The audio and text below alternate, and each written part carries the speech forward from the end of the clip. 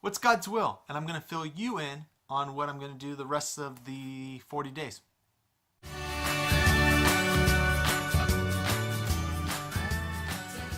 Hi, I'm Tyler, your Christian personal trainer, and this is Life of a Chunky Christian, where I am putting everything into action that I preach on this channel, 517 Fitness, where we focus on losing weight and gaining faith. So I'm doing just that, losing weight and gaining faith. We start every one of these vlogs jumping into the Word, because that's where you should always start. Today's verse of the day is Romans 12:2. And for copyright reasons, I don't actually read it. That's a weird concept, I know, but you're on the internet or you're on your phone. Look at it real fast. It's a pretty easy thing to do. You should have the Bible app on your phone.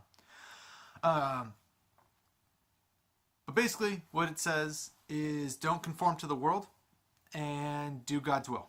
And then it kind of lists that God's will is good, acceptable, perfect, satisfying, and pleasing. After reading that, I kind of thought about, am I conforming to the world? Let's jump into the first part. Conforming to the world. I think there's a lot of things that I know I personally conform to because it's easier than getting into what I feel like will be arguments. So I let people say things that I don't really believe and that I don't agree with. And that is something that I need to work on. And I know that this is going to be a weird sentence as I think about it, but I need to be better at being okay with pissing people off. I know that sounds mean, but I think a lot of today's society or today's world is really not okay with confrontation of any kind, let alone a debate. There are going to be things that I say on this vlog that don't make sense and that you don't agree with. And I would love to have those conversations with you in the comments or on Twitter or Instagram or any of those fun social media places. But I think that you can have a healthy conversation with somebody and not make it a personal attack type of thing. So conforming to the world, I think that that's something that I might not conform to the world, but by not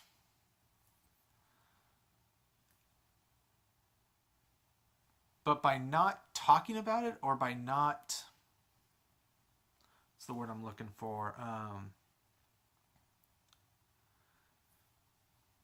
Getting into a dialect about the things that I don't conform to with. I'm not helping the situation of people maybe learning a better way of doing things.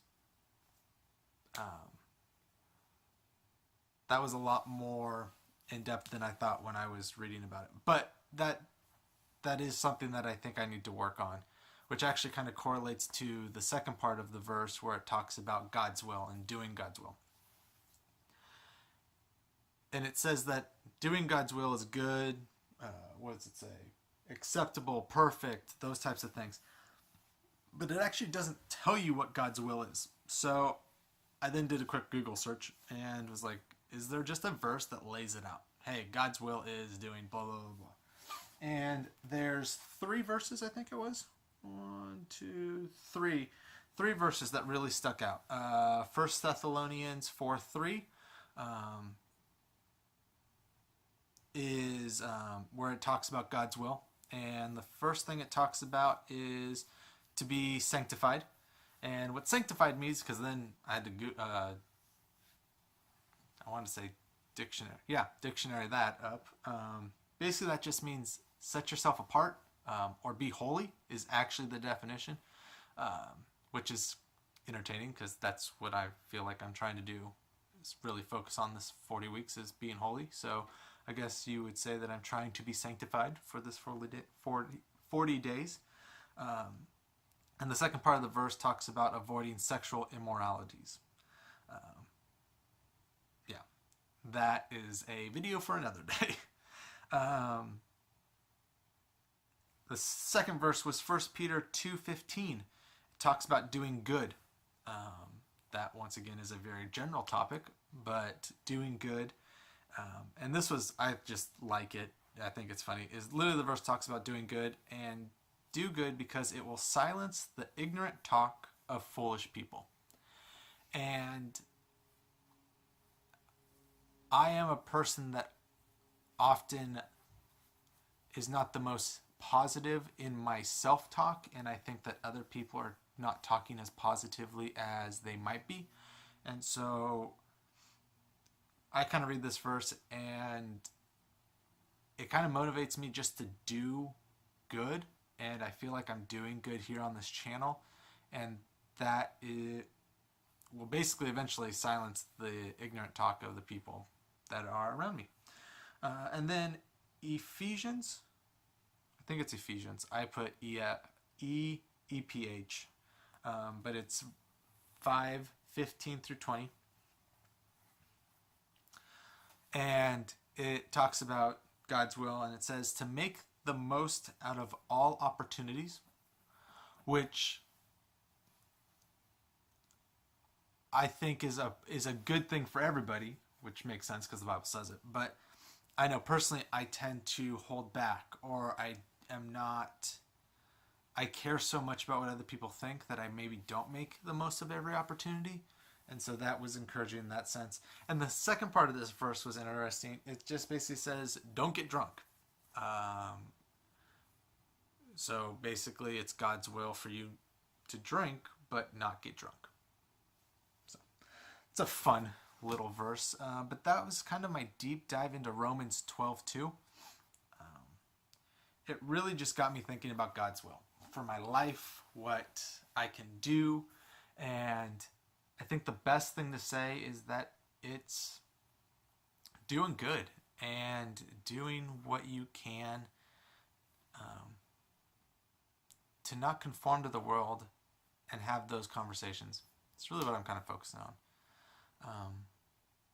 But then today is also the last day of my detoxing, of going straight vegan. So tomorrow I get to have protein and whatnot. So I guess I should probably lay out what day 6 through 40 looks like. It's the holy diet is what I'm kind of calling it. Eating protein, very minimal carbs. I will be working out more, which I'm really excited about. Boxing, lifting, doing some, I don't know, I haven't decided about running yet. I think I might just lift and box because those are two things I like, and I want to just start making it a habit to work out. So I'm going to be trying to do that 6 days a week. Realistically, I know I will knock it out at least 5. Weekends are always hard, but that's the game plan. Very minimal sugar, eating a lot more fruits. I am a sugar fiend, so I am trying to knock out apples and bananas and oranges like they are going out of business. But yeah, that is basically the holy diet that I'm doing. And I'm going to do a course eventually on this. It's kind of if kosher and paleo had a kid, which makes sense, being that the Bible is not from the Paleolithic time. Well, I mean, in theory it is, because God created the earth, but kosher being how the Jewish religion, culture. That's probably me just being ignorant, and I need to figure that out. But yeah, focusing on that and focusing on the fact that food, although it is enjoyable, is also a way to nourish the body, and really focusing on the nourishing part, not the satisfaction part, or that sounds like I'm not enjoying the food I'm eating. I actually am not hating any of the food, but indulging in that type of stuff. But yeah, that is today in a nutshell. Really focusing on what God's will is. And that's kind of what I would hope by watching this gets you thinking about, is what is God's will in your life? Well, actually, I guess, let's go back to that. I guess that would be a two-parter. Is what is God's will? Because that's something I would think in itself. But then I would believe that there is a will for your life. Something that God wants for you. There's that verse in Jeremiah where it talks about God has plans to prosper and all that stuff. But God has a will, and we need to do that. But I think that there maybe is even a more specific part of that will that God wants you to focus on. And I think that that is something I'm going to be looking more into, and I challenge you to look into as well.